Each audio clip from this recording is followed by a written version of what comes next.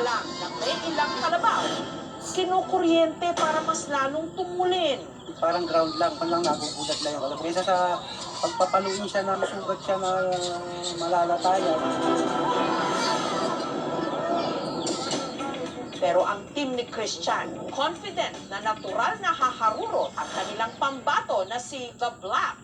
Siya lang naman ang defending champion ng Class A. Parati siyang nakakondisyon, kaya parati siyang nananalo. Kasi nung binili si The Black, maganda na forma, may potential na pwedeng tumakbo.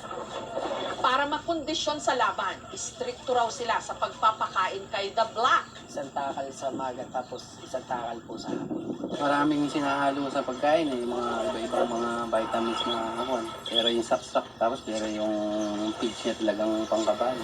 Makakamit kaya ni The Black ang back-to-back win? Pero wag daw siyang pakampante dahil ang makatatapat niya sa unang round si Don Bruno na alaga ng team ni Jose. Taong 2023 raw nung nabili ito